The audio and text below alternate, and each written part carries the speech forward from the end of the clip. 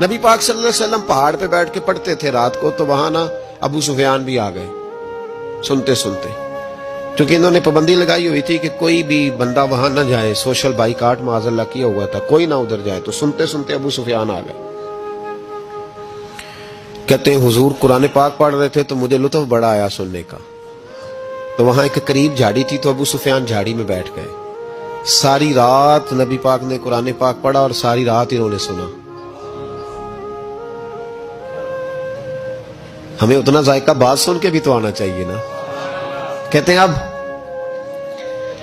مجھے نہیں پتا تھا کہ اخنس بن شریک بھی کہیں آیا ہوا ہے، اس نے بھی وہی بھی یہ دیکھنے آیا کہ کہیں کوئی وہاں آیا ہوا تو نہیں، وہ بھی کسی کونے میں جھاڑی میں بیٹھ گیا، حضور قرآن پاک کی تلاوت فرماتے رہے، وہ ساری رات سنتا رہا۔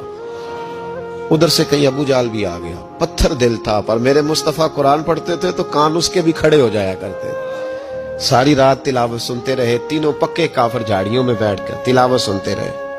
صبح جب جانے لگے تو ملاقات ہو گئی، تو کدھر آیا تھا؟ اس نے کہا پہلے تو بتا تو کدھر آیا تھا؟ میں تو آیا تھا دیکھوں کوئی آیا تو نہیں، میں تو کدھر؟ اس نے کہا میں بھی یہی دیکھنے آیا تھا کہ یہاں کوئی آتا جاتا تو نہیں۔ ابو جال زیادہ شاطر تھا، کہنے لگا خبردار کل کوئی نہ آئے، آج تو آ گئے کل نہ ہونا۔ اللہ اکبر! لیکن جہاں دل لگا ہوتا ہے نا وہاں دل کھینچا چلا جاتا ہے، دل جہاں لگ جاتا ہے نا وہاں دل کھینچا چلا جاتا ہے۔ یہ دل کا بھی اپنا ایک معاملہ ہے نا۔ اب لگ گیا تھا قرآن پاک کی تلاوت سے۔ کہتے ہیں رات کو اپنی چارپائی پہ لیٹے، درد اگرچہ جان گزل ہے، میں کیا کروں میرا دل ہے، غم عشق اگر نہ ہوتا تو غم روزگار ہوتا، اور وہ مزہ آتش نے کہا تھا، وہ مزہ دیا ہے تڑپ نے کہ میری آرزو ہے یا رب میرے دونوں پہلوؤں میں دل بے قرار ہوتا۔ کہتے ہیں کہ اگلی شام پھر آئی، وہی کیفیت، وہی انداز، وہی شوق، چارپائی پہ لیٹے پر کانوں میں وہ آواز رس گھولے، لیٹا نہ گیا، اٹھے پہنچے، لیکن آج جگہ بدل کے بیٹھ گئے تینوں۔ صبح ساری رات سنتے رہے محبوب کی تلاوت، صبح اٹھے تو پھر چوک میں ملاقات ہو گئی، تو کدھر آیا تھا تو کدھر؟ ابھی بات ہونے۔ ابو جال ذرا زیادہ شاطر تھا، کہنے لگا میں تو تم دونوں کا خیال کرنے آیا تھا، کہیں تم دونوں تو نہیں آئے، یہ دیکھنے کے لیے آیا تھا۔ اللہ اکبر! 3 دن مسلسل آتے رہے اور میرے مصطفیٰ کریم کا ساری رات قرآن پاک سنتے رہے۔ اب اخنس بن شریک کہتے ہیں کہ میں پورا قریب آ گیا، میرا دل کہتا تھا کہ یہ سچے ہیں۔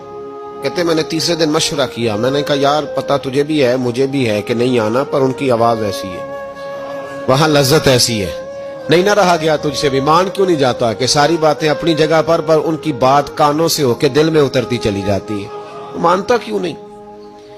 اخنس بن شریک کہتے میں پورا قریب آ گیا، پر ابو جال نے مجھے پھر گمراہ کیا، کہنے لگا یار یہیں رہے ہیں، بچپن بھی یہیں گزارا ہے، معاذ اللہ 2 ہاتھ ہیں 2 آنکھیں ہیں، سارا کچھ وہی ہے، کان پٹیاں سفید ہوئی ہیں تو کہتے میں اللہ کا نبی ہوں معاذ اللہ۔ اس نے وسوسہ اندوزی کی تو کہتے میں پھر بیک ہو گیا۔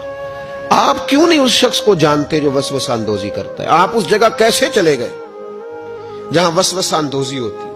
یاد رکھیں اس جگہ جائیں جہاں جانے سے دل صاف ہوتا ہے، جہاں جانے سے دل کا زنگ اترتا ہے، آپ کے وسوسے دور ہوں گے۔ وہاں جائیں جہاں ایمان کی، یقین کی، تیقن کی دولت بڑھتی ہے۔ کیوں وہاں جاتے ہو جو بیک کر دیتا ہے؟